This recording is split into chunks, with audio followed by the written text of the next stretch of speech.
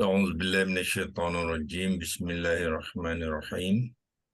الحمد لله رب العالمين، والصلاة والسلام على أشرف الأنبياء والمرسلين وعلى آله وصحبه أجمعين. اللهم افتح علينا حكمتك وانشر علينا من خزائن رحمتك يا أرحم الراحمين. يا فتاح يا عليم افتح قلوبنا فتوح العارفين، ورزقنا فهم النبيين وإلهام الملائكة المقربين.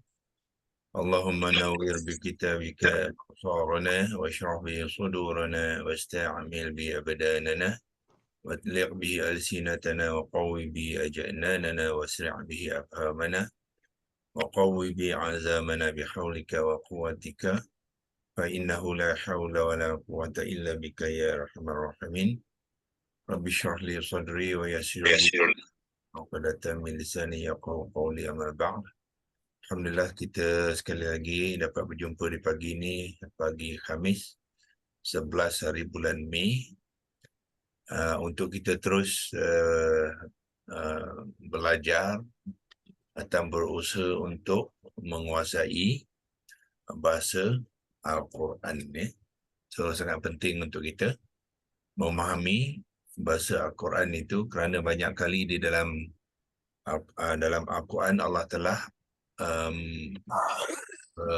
pesan kepada kita untuk kita memahami, dan malah di dalam Al-Quran itu Allah telah banyak memperincikan hal-hal yang berkaitan dengan manusia, supaya manusia mengambil peringatan dan dijadikan panduan, ya. Seperti dalam surah Az-Zumar, Allah kata walaqad darabna linnasi fi hadzal qur'ani min Dan kulli masalin sesungguhnya la'allahum laqad yatazakkarun, ya. lam Kita mutekan dulu mikrofon kawan-kawan kita supaya tidak terganggu, ya, kongsian kita.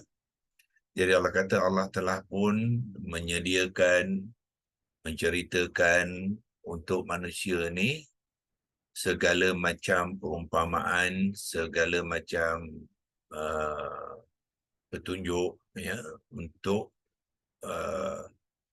manusia di dalam Al-Quran tu, untuk manusia jadikan peringatan dan jadikan panduannya. Apa yang dimaksudkan oleh Allah tu ialah bermakna apa saja yang kita hadapi di dunia ni sebenarnya penyelesaiannya ada di dalam Al-Quran, ya. Cuma kita nak tahu macam mana nak guna pakai saja, Kalau kita tidak memahami, maka kita tidak berpeluang untuk menggunakan Al-Quran itu sebagai solution, ya, penyelesaian kepada, bukan saja penyelesaian, ya, juga dalam tindak tanduk kita, perancangan kita untuk kita mengharungi masa depan kita dan sebagainya, pentadbiran keluarga, pentadbiran masyarakat, ya, pengurusan, perniagaan. So semua yang tu dimasukkan oleh Allah min kulli masal, ya, dan adalah untuk manusia guna pakai, ya, terutamanya orang-orang Islam lah. Jadi sayanglah kalau kita tak faham Al-Quran, jadi kita tak dapat menyahut, ya, apa yang Allah telah pesankan kepada kita.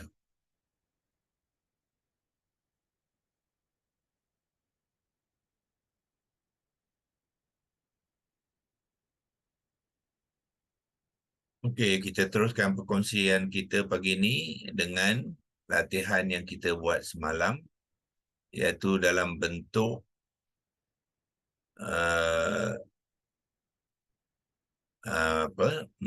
membetulkan ataupun penambahbaikan kepada tulisan, ya, yang sedia ada, dan kita telah pun, ya, membuat pembaikan tu. Banyak yang perbetulan tu adalah melibatkan hukum-hukum tajwid, ya. Pertamanya ialah di sini kita buat pembetulan tu adalah kerana terdapat sini non sukun yang bertemu dengan lam yang sepatutnya ditulis dengan nun sukunnya dihilangkan dan lam tu ditasydidkan, ya. Jadi kita telah pun mengenal pasti kenapa penulisan tu perlu diperbetulkan. So kita telah menyatakan itu adalah disebabkan apabila nun yang sukun bertemu dengan lam berbaris atas tu, dia akan melibatkan hukum idgham bila gunnah. Cuma semalam kita tulis dia dalam rumi. So hari ini kita cuba masukkan jawinya supaya kita betul-betul mantap lah, kita mengenalnya. Dan biasanya kita kita boleh gunakan rumi ini sebagai latihan sahaja, ya. Tetapi yang seeloknya kita menulisnya dalam jawi Arab tu, ya. Itulah yang originalnya, ya. Sebab kadang-kadang terdapat huruf-huruf Romanized ni, huruf ini tidak dapat mewakili, ya, huruf-huruf hijaiyah sebaiknya, ya. Makhraj dan sifatnya tidak sama, ya. Jadi elok kita latih diri kita juga membuat penerangan dan perkongsian dalam jawi Arab gitu, ya. Jadi kita tulis kerana idgham bila gunnah dalam jawinya macam mana, kita pergi ke Lexilogos lah, ya. Kita pergi Lexilogos, lepas tu kita kopikan dalam paparan screenshot yang kita buat semalam, ya. So kita pergi ke Lexilogos dan kita tulis idgham bila gunnah, ya. Macam mana ejaan idgham bila gunnah? Ialah bermula dengan hamzah qata' yang berbaris bawah. Hamzah qata' yang baris bawah yang ni lah, ya. Kalau hamzah qata' tu berbunyi i, so dia kena mengambil hamzah qata' yang berkepala alif, ya, bukannya berkaki alif. Kalau berkaki alif tak boleh dibunyikan i. Dia hanya boleh bunyikan a dengan u saja, ya. Kalau i, so kita kena mengambil hamzah qata' berkepala alif, ya. Di mana kedudukan hamzah qata' itu adalah di bawah alif, ya. Dan kita bariskan dia dengan baris kasrah, bunyian i. Jadi idgham diikuti dengan dal, ya. Dal. Kalau kita nak bariskan, kita sukunkan dia, ya. Idgham ghain, ya. Idgham, lepas tu diikuti dengan alif mad. Okey. Kalau kita bariskan, dia sebenarnya adalah bertanwin dhammah, idghamun, ya, idghamun, ya. Tapi biasanya kita bila menyebut, orang Arab menyebut kalimah-kalimah dia dalam bentuk yang tidak berterusan ataupun tidak disambung, ya. Dia akan menyebut kalimah tu satu-satulah. Dia menyebutnya sebagai idgham, bukannya idghamun, ya. Tapi kalau kita nak bariskan untuk latihan kita, kita bariskan dengan tanwin yang dhammah, ya. Bila ialah ba baris bawah yang diikuti dengan lam nafi lah, ya. Lam nafi itu adalah lam alif. Ba itu adalah harfun ja, ya, sebenarnya. Di sini harfun ja ni tidak diikuti dengan apa? Dengan isim, ya. Idgham bila gunnah. Gunnah ialah ghain dengan berbaris dhammah, nun yang bertasydid dan dibariskan atas, dan ta yang tanwin sukun, ya. Gunnatun, itulah idgham bila gunnah, ya. Tetapi biasanya kalau kita sebab dia bukan ayat Quran, bukannya kalimah Quran, apa kita buat, kita tidak perlu membariskannya, ya. So kita boleh buang baris dia tu, ya. Kita ambil dia tanpa baris saja. Tapi kita kena tahu macam mana nak membunyikannya Di tempat-tempat kalau dia ada tasydid, tinggalkan tasydid dia, cuma baris fathah tu dibuangkan ya. Jadi itu caranya menulis dalam kalimah-kalimah Arab, bukan ayat Quran ya. Idgham, dan kita apa bracketkan sekali ya.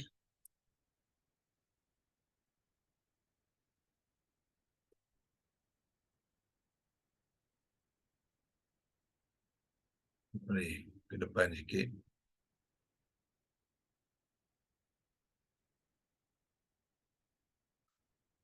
Idgham bila gunnah, itu yang dimasukkan dengan penulisan dalam Arab lah ya. Kita kopikan dia, so kita bawa kepada nota yang sama tu, kita pastekan dia kat sini menggunakan text feature yang ada pada screen sharing ya. Text feature ni hanya boleh digunakan kalau kita sharing screen ya. So ambil teks dan kita pastekan dia kat sini. Tu dia ya.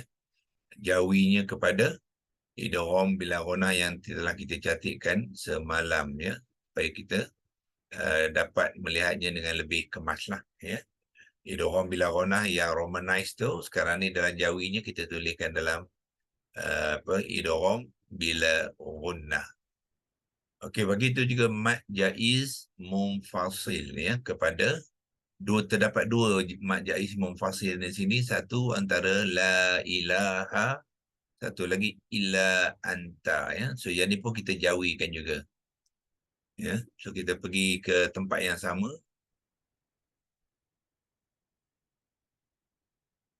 ya, dan kita ija dia dalam apa ya, mad adalah mim dal dal, sebab dia dua dal kita tasydidkan dia, madun ya. Mad jaiz ialah jim alif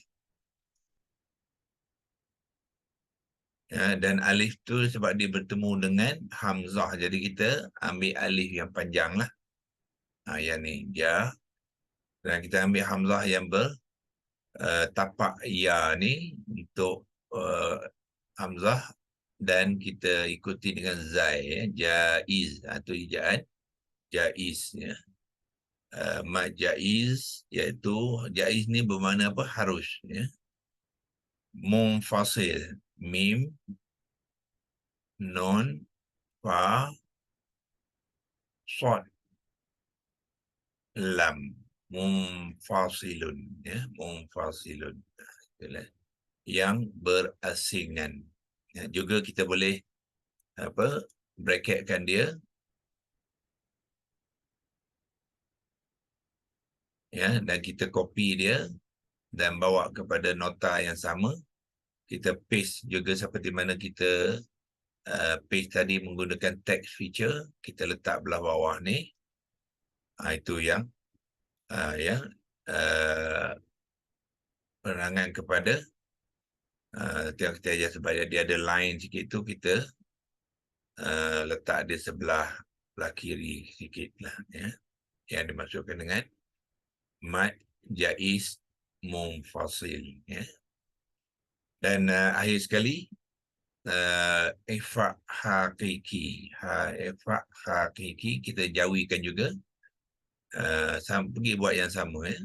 Kita pergi ke Lexilogos tadi sekali lagi.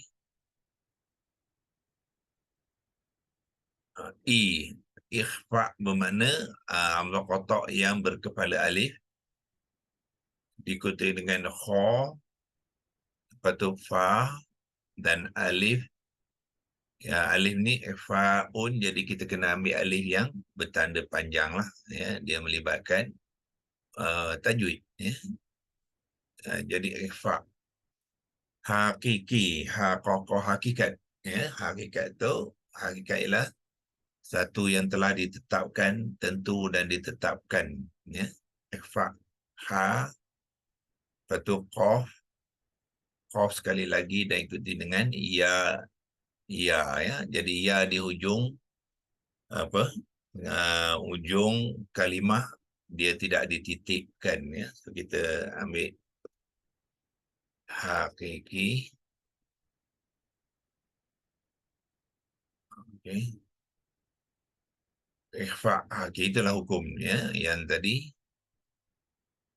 So kita kopikan sama dan kita pergi ke nota yang sama dan kita pastekan kat sini untuk menerangkan ikhfa hakiki ini dalam Jawi dan Rumi. So kita ada dua-dua di situ ya. So, kita letakkan dia di sebelah sini. Pastekan dia ya, kecilkan sikit kotak tu. Tu ya. Okey. So kita dapat penjelasan yang lebih kemaslah ya. Kita menerangkan terdapat perubahan di dalam klosa ayat ni yang disebabkan oleh nak meraihkan hukum-hukum yang tajwid yang berkaitan ya, iaitu idgham bila ghunnah, jawi dia. Lepas tu terdapat dua mad jaiz munfasil. So ni jawi dia menggunakan zai. So bila zai kita romanize, kita akan gunakan z yang besar ya. Sebab itulah lepas tu kalau dia short ya, kita gunakan s yang besar. Itu cara kita menulis ya dalam Rumi. Dan ikhfa hakiki, kha di sini adalah diwakili kalau romanah kita gunakan KH yang kecil ya, tak perlu K besar ataupun H besar, tidak, ada K kecil, H kecil saja. Kemudian terdapat alif mat di sini, kita tambah satu A kalau Rumi dia. A yang pertama ni adalah untuk bunyi baris kepada fa, iaitu baris fathah. Kemudian apabila dipanjangkan, kita tambah lagi satu huruf A ya, dalam romanah dan diikuti dengan hamzah yang kita sukunkan, ikhfa ya. Jadi kita wakili hamzah tu dengan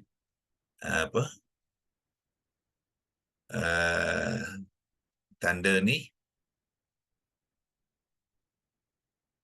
apostrofi ya, tanda apostrofi. Dan hakiki ialah dia kita gunakan H besar ya, bukannya H kecil. Kalau H kecil yang mana contohnya H kecil ada sini, tak ada ya. H kecil ialah ghunnah ni H kecil kerana apa? Kerana ta tu apabila disukun dia akan bertukar kepada ha. Jadi kita gunakan H kecil ya. Hakiki sebab dia ikuti dengan ya, mat di ujung tu kita gunakan dua I ya, untuk membunyikan qaf yang berbaris bawah ya, hakiki itulah ya. So bila siap macam ni kita boleh simpan dia balik. Simpan dia. Kalau kita mau gunakan untuk rujukan lain kali, jadi kita ya, boleh guna pakai latihan yang kita telah buat, yang telah tersimpan di dalam folder screenshot ya. So bila-bila boleh guna, kita akan keluarkan dia. Okey, hari ini kita nak memulakan perbincangan tentang kalimah alla ilaha illa anta ni dalam memperincikan jenis dia dan fungsi dia di dalam membangunkan klosa ayat ni. Klosa tu maknanya satu sub sentence lah ya, satu komponen yang pendek dalam ayat tu, bukan keseluruhan ayat ni. Jadi kita kena gunakan, kita buat yang sama dan kita perbetulkan tulisannya. Sepatutnya kita gunakan ini, tapi ini image dia tidak boleh ya, dia tidak boleh guna, ataupun kita kena guna yang ini macam mana yang terbaik ya. Sebab kita nak gunakan Lexilogos tu ya, untuk membuat penerangan ya.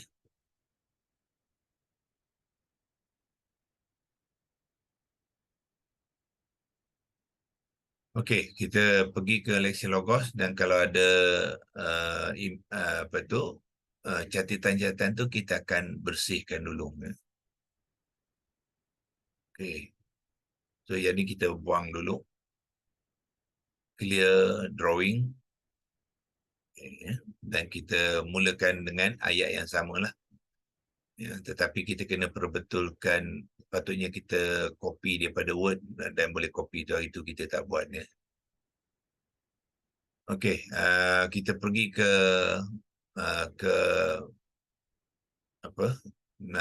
Corpus tu kita ambil semula ayat tu dan kita copy pada Lexi Logos. Tak pergi yang ni. 87. Okey, ini dia.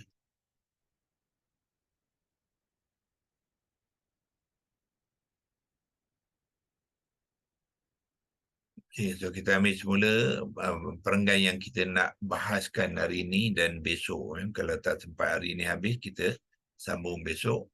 Bawa ke Lexi Logos seperti biasa. Pastekan kat situ, tapi kita kena betulkan. Masukkan rujukan seperti biasa, 21, 87. Ya. Kita betulkan tulisan tadi. Tidak ada sukun untuk non, yang ni bertasydid. Ya, kita dah tahu sebabnya, dan alif tu kita panjangkan. Sorry.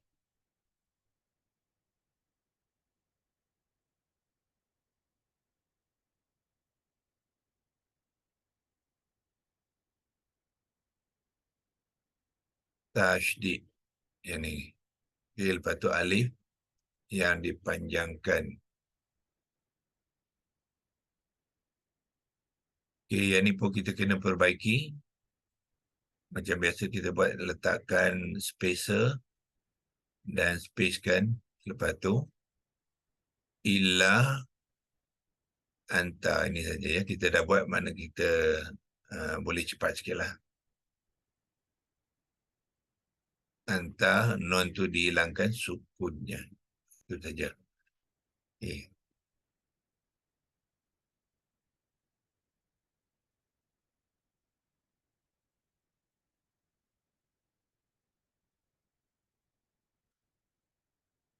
Okey, untuk membuat penerangan ni, kemungkinan kita kena uh, jarakkan sikit ni ya, sebab untuk memberi penerangan kepada setiap kalimah tu, jadi kita jarakkan sikit. Mungkin kita copy dan jarakkan di bawah lah. Okey. Mula kita akan menerangkan an. Itu kalimah yang pertama. Ya. Kalau kita nak buatkan dalam bentuk komponen pun boleh juga ya. Mungkin kita buat dalam bentuk komponen lah. Iaitu kita pecahkan dia. Sini taruh arrow. Ya, kita pecahkan dia beberapa komponen dan setiap komponen tu barulah kita terangkan ya. Kita letak tanda campur ya, untuk menunjukkan glosa ni adalah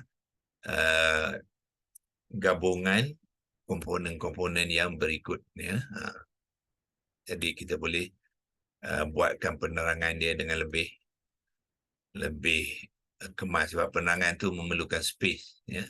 Kita pecahkan banyak jarakkan pun tak apa. Ini mungkin kita makan masa sikit lah ya, untuk mengenal setiap satu tu ya. Okey, pertama sekali an. Di mana tuan-tuan boleh buat rujukan an tu apa dia, ialah boleh pergi balik kepada korpus tadi ya, korpus di sini. Ni ayatnya ya. So sekarang ni paparan ni menunjukkan kalimah ilaha yang ini. So mana kalau kita nak tengok an tu apa kita buat, dia ada dua arrow depan dan belakang ni ya. Jadi gunakan arrow. Kalau nak ke belakang ni, kita tekan yang ke depan ni ya. Pada mana dia akan tunjuk balik apakah kalimah sebelum dia. Sebab tu dia gunakan yang arrow di depan ni. Sekali kita tekan, dia akan tunjukkan la. Kalau dua kali tekan, dia akan bawa kita kepada an ya. kepada an. So kita tekan dia 2 kali.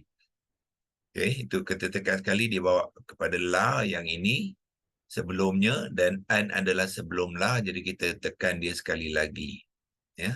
Ini dia penerangan kepada kalimah an, ya. An. Kalau ini saya sudah saya sudah tukarkan ke bahasa Melayu, ya. Dia kata kata hubung bawahan, ya. Sebab dia Google punya translation ni, dia kata bawahan tak berapa tepat lah, ya. Yang kita nak guna bukan bawahan, kita nak gunakan subordinate ni, ya. So sepatutnya dia kata hubung subordinate. Itu yang lebih tepat lah, bukannya bawahan. Memang bawahan tu kalau ada juga memberi makna pada subordinate, ya, tapi untuk konteks ayat dia tak berapa sesuai lah. Okey. Bahasa Arab dia harfun masdari. Ini dia, ya. Harfun masdari. Nah, ini dia beri maknanya iaitu itu. Bahasa Inggeris dia that. Kalau kita tukar ke bahasa Inggeris, ya, tukar ke bahasa Inggeris, kita akan dapati original dia adalah that. Ya, and maknanya ia, that tu maknanya kalau bahasa Melayu sepatutnya ia itulah, ya. Bahasa Inggeris kepada jenis inilah subordinating conjunction, ya, subordinating conjunction, dan Arab dia harfun masdari, ya. So boleh gunakan maklumat ni untuk masukkan dalam penerangan tadi, ya. Boleh masukkan kita tukar ke bahasa Melayu dan kita akan ubah sikit dalam bentuk kata sambung subordinate. Itu Melayu dia, ya. Kita gunakan yang ni, kata hubung, ya. Kata hubung subordinate. Itu Melayu kita. Dan Arabnya kita gunakan yang ni lah. Dia adalah harfun masdari, ya. Kalau kita nak masukkan terjemahan sekali di hujung tu boleh, iaitu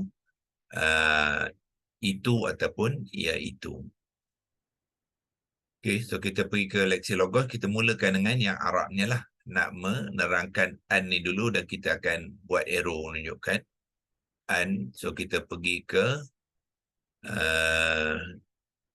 kita nak menaik harfun masdari itu, kita boleh guna bawah ni dan guna pakai je dalam teks, ya.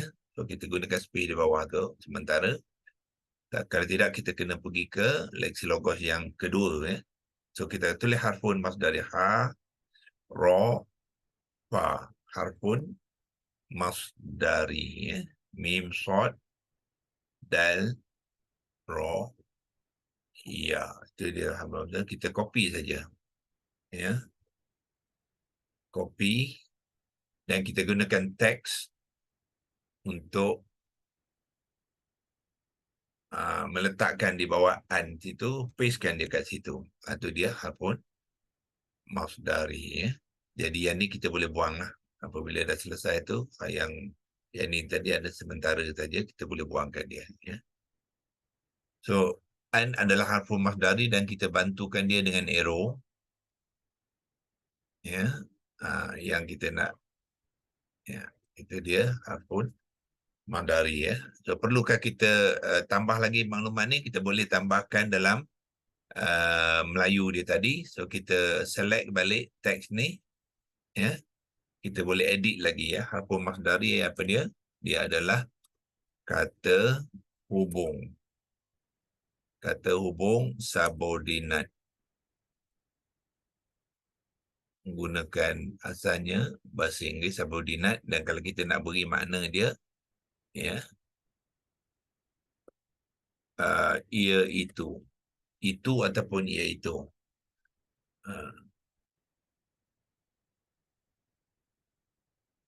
Kalau itu, kalau kita cuba masuk ke dalam ayat nanti, mungkin tak apa kemas dia punya terjemahan tu.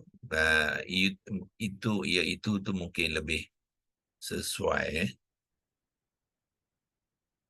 Okey. Kemudian la, ya. Kemungkinan kita kena jarakkan lagi lah. Kita boleh adjust dia. La la adalah kita telah pun terangkan sebelum ni. La ni asalnya ialah harfun nafi, harfun nafi. Tetapi yang ni dia kita lihat konteks dia dengan ilaha ni. Bila kita melihat bentuk ilaha, kita akan tahu la ni bukan saja setakat harfun nafi biasa. Ya, dia adalah dipanggilkan harfun nafi lil jinsi, ya, ataupun dipanggil dia la nafiyah lil jinsi, ya. So kita juga buat penerangan yang sama, kita tulis dalam jawinya dan kita berikan penerangannya dalam bahasa Melayu juga, ya. Okey, mungkin kita kena jarakkan dia sikit, ya, supaya kita dapat beri laluan untuk penerangan tu, ya. Okey, so la adalah so kita kena okey, ya, sebab ini dah digunakan, so kita kena tak apa, kita boleh pinjam saja space di sini untuk menaip saja, ya. Lepas tu kita akan buang, ya. Jadi la adalah kita panggil harfun guna la pun tak apa, ya. La nafiyah, nafiyatun, ya, tu nafiyah, la ni berapa? Lil jinsi, lam jim, non dengan sin, itulah dipanggilkan apa la ni, ya. Okay, so kita copy dia ni, kita boleh cut terus sebab kita nak clearkan space tu. Kita textkan dia di sini, letakkan dia sebelah bawah la ni sebab nak memberi penerangan kepada dia, ya. Okay. Dan kita masukkan sekali penerangan dalam rumi dia. La tu apa dia? Harfun penafian. La nafian makna harfun penafian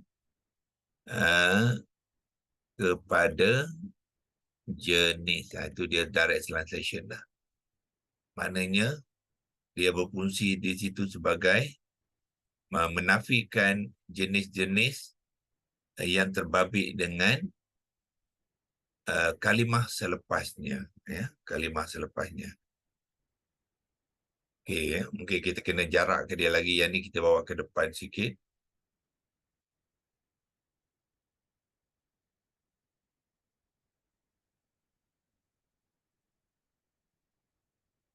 Itu bagilah.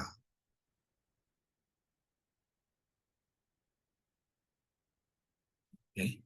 So la nafiah li jinsi, iaitu harfun penafian kepada jenis. Kalau kita nak beri makna dia sekali, boleh masukkan makna sekali, tidak ada. Itu makna dia. Dalam konteks ini dia memberi penafian tu, dia maknanya tidak ada. Itu cara penafian dia kepada kalimah yang selepas itu, iaitu tidak ada, kemudian ilaha tu adalah Tuhan lah. Ya. Turun ke bawah sikit dan kita arrowkan dia.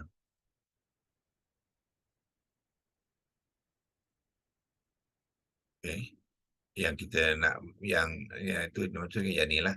Ya. So, tadi an, kemudian kita menerangkan kepada la pula, ya. Dan insyaAllah besok kita akan sambung dengan ilaha, illa dan seterusnya, anta, ya. So yang ni kita boleh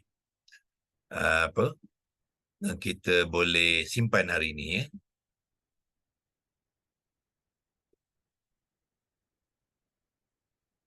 Okay, dan pada masa yang sama, untuk selamat supaya kita tidak kena menulis balik, kita boleh buat, kita boleh copy, ya. Kita boleh copy yang telah kita tulis ini, kita simpan dia di dalam Word. Copy yang pergi ke Word dalam desktop. Biasanya Word tu ada dalam desktop, ya. Kita tengok boleh mana dia. Sini ada. Okay. Yang ni ya. Biasa kita simpan di sini MS Word worksheet. Okey. Yang ni kita boleh padamkan. Kalau kita dah simpan tadi, kita boleh padamkan. Jadi clear drawing. Ya. Kita simpan. Sekiranya kita ingin menggunakan semula, kita salin semula daripada simpanan. Ya. Ini pun banyak yang dulu kita simpan tu masih ada lagi kat sini. Pergi ke hujung sekali. Okey, kita boleh simpan dia dekat sini. Ya, sekiranya kita nak gunakan dalam Lexilogos. Besok kita salin saja pada sini. Kalau kita tak salin sini, kita kena type semula. So, simpan dia, save. Okey. Alhamdulillah, okay. Kita sampai 7.50 ya. So, kita boleh berhenti di sini dulu. Okay, wabillahi taufiq wal hidayah. Wassalamualaikum warahmatullahi wabarakatuh. Waalaikumsalam. Terima kasih, Doktor. Assalamualaikum. Assalamualaikum.